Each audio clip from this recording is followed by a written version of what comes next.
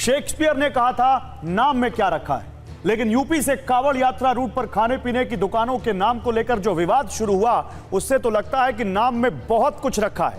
आपको बताने की जरूरत नहीं है कि पिछले कई दिनों से नेम प्लेट का विवाद बहुत बड़ा हो चुका है। आज सुप्रीम कोर्ट ने यूपी सरकार के इस आदेश पर अंतरिम रोक लगाते हुए यूपी सहित कई राज्यों को नोटिस जारी किया और 26 जुलाई तक उनसे जवाब मांगा है।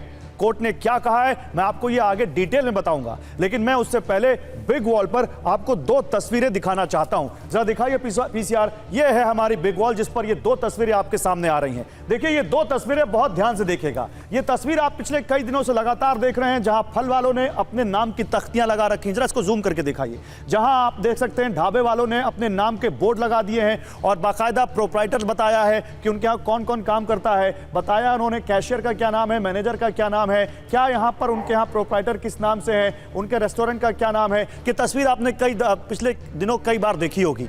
इसीलिए अब हमने बात की है नाम में क्या रखा है।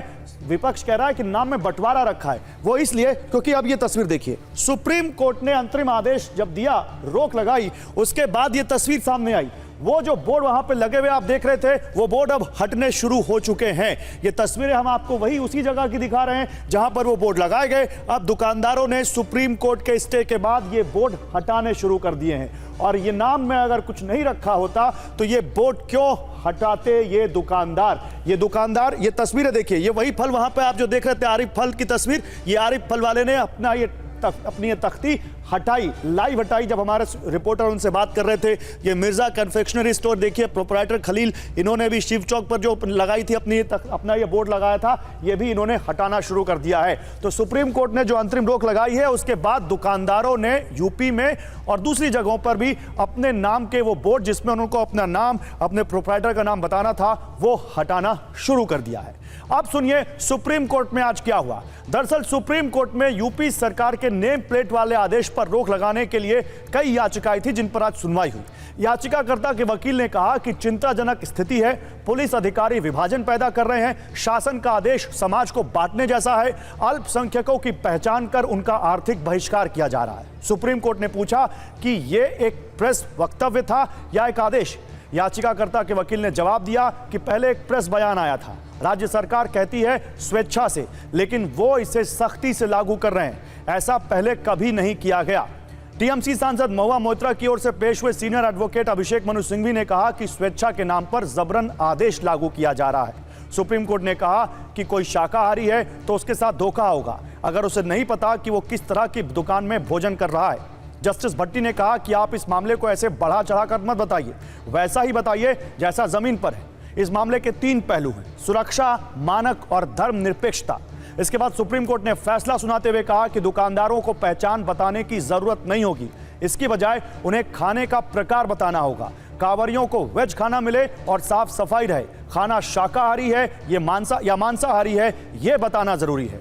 यूपी, उत्तराखंड और मध्य प्रदेश की सरकार को सुप्रीम कोर्ट ने 26 जुलाई तक जवाब दाखिल करने को कहा है, उनको नोटिस दिया गया है। और क्योंकि सुप्रीम कोर्ट का यह बड़ा अंतरिम आदेश है और इस फैसले के बाद जो इससे सीधे प्रभावित होंगे, हमने उनसे डायरेक्ट बात की। कांवरिये और दुकानदार सुप्रीम कोर्ट के इस अंतरिम रोक पर क्या कह रहे हैं, आपको यह सुनना चाहिए, फिर अपने पैनलिस्ट के पास चलेंगे। हमारे पास से जो है लाखों करोड़ों जो है यहाँ से कांवड़ गुजरती है, हम जो है 24 घंटे उनकी सेवा में रहते हैं।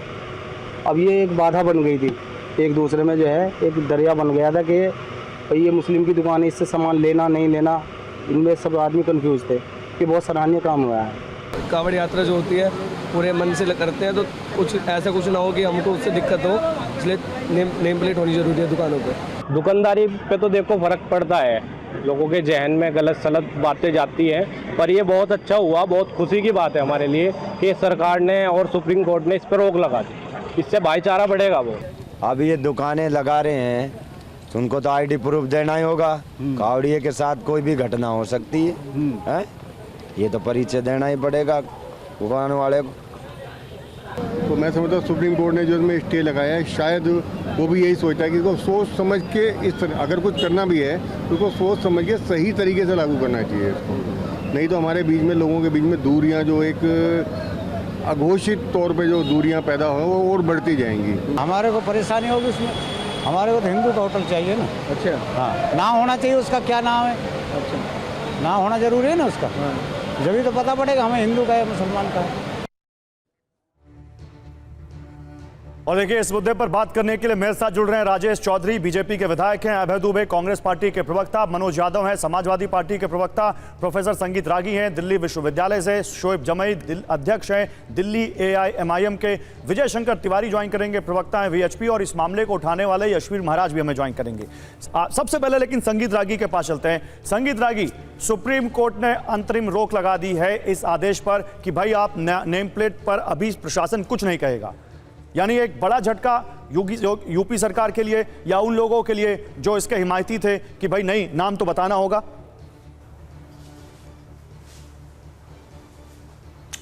देखिए गौरव जी, मैं इस फैसले को अच्छा फैसला नहीं मानता हूं। मैं इस फैसले को बिल्कुल ही गलत फैसला मानता हूं, और गलत फैसले मानने के बारे में मेरा अपना तर्क यह है कि सुप्रीम कोर्ट को शायद इस बारे में जानकारी नहीं है कि हलाल क्या होता है।